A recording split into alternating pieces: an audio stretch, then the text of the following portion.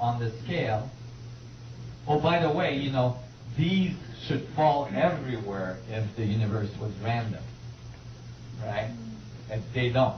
They all fall on a very linear progression from universal size to atomic size. Now, if you look at the differences, if you look at the length between the data points, interestingly, when you subtract the length from each other, you get the phi ratio on that big of a scale. The exact ratio that you find everywhere in nature. The exact ratio that Kepler used to describe the scaling law for our solar system. That scaling law that Kepler came up with by embedding geometries together, which is a crazy idea. It's like, oh, I'm going to embed geometries together and figure out all the orbits of the solar system out of it. It worked. His solution is still the most accurate solution at 99.9% accuracy. And it uses the phi ratio. Well, this is like Kepler's scaling law, except it's for the whole universe and everything in it. And it generates the phi ratio, which is the phi ratio we see everywhere in nature. So you know you got it right. You guys all followed this?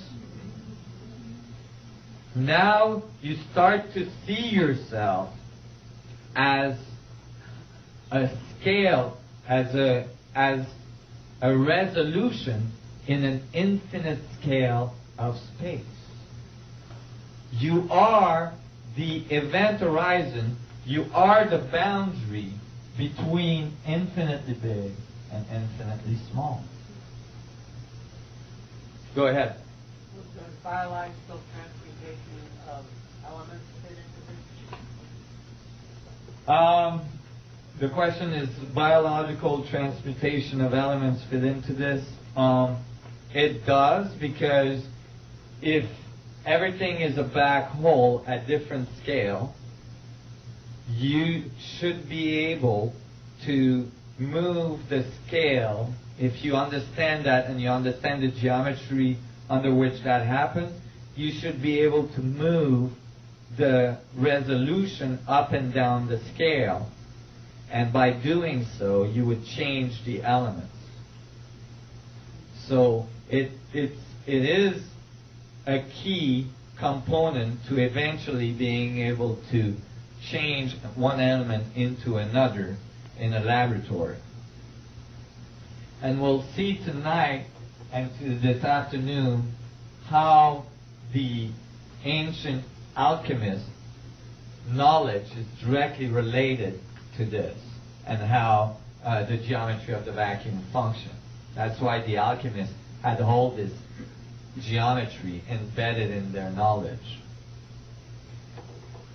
So this is extremely significant, the scaling law, and it's just about to get published. And we're publishing it first in a very broad peer-reviewed journal, so that we can publish it as a whole with all the writing, because it's fairly long. But as well, we're publishing the solutions, the mathematical solution, in various mathematical journals, and I'm hoping that I'm sure that it's going to be ignored largely at first, because that's always the way things go. But eventually, it will get noticed, because the solutions are extremely accurate and they work for unification. And this afternoon, we're going to see more of what that means, what is the topology of how that works, and how that relates to ancient civilization. So to finish on this before we go to lunch, this geometry then, the geometry of the collapse, generates all of the scales of the black hole dynamics, each boundary being one of the resolution of the fractal structure, from universal size right down to subatomic particle size. And this geometry is what dictates where the structure occurs, where the boundary occurs. Infinite boundaries within boundaries. Well, that actually happens in a human body. The cells of a human body divide exactly that way as well. So not only does the cell obey the Schwarzschild condition of a black hole, but the cells, I have a little movie I'm going to show you on this.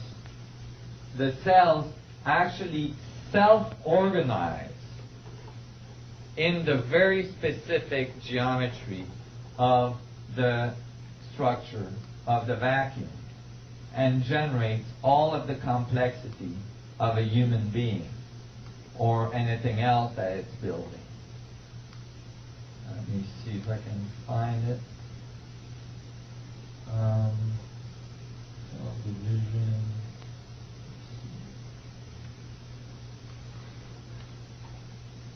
Here it is. Here's the cell dividing, generating perfect tetrahedrons. See? If the first cell is divided in two, the first cell divides in two, makes two cells, right? And then as you go, these two cells divides in two again, that makes four cells. The four cells don't make a cube, they make a perfect tetrahedron. You see? And each of these cells will divide again, making another set of four, and these four will go in between and make the reverse tetrahedron. And they'll continue to grow from 4 to 8 to 16 to 32 to 64. And it will not start to differentiate the cells until it gets to 64. It will say, T cells are fundamental cells until it gets to 64. And then at 64, then it starts to make brain cells, heart cells, liver cells, and all sorts of other cells. So you all went through this very specific geometry to get here. You are an extension of space looking back at itself. That's the feedback of reality. That's what generates reality. You, the universe, experiencing itself, learning about itself.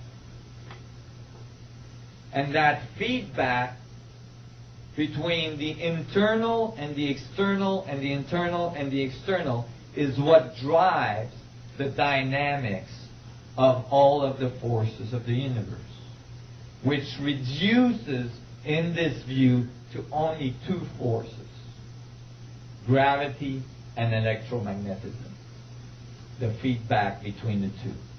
No need for the strong and weak force anymore. Why? Because if you take this view, then subatomic particles are mini white hole black holes. This is funny, and I'm going to finish on this. Just so you know, quantum physics is bunk. Okay. Why? Because in the late 1800s, we figured out that atoms had electrons. When we discovered the electron, this crazy thing, this crazy little electron, kept on going around in circles around the nuclei of an atom. You guys are doing okay? I'm going to finish on this before we go to lunch. This electron didn't stop spinning. If you take current conservation of energy law, they're called natural law. They're the laws that were written by Newton. Okay? The laws of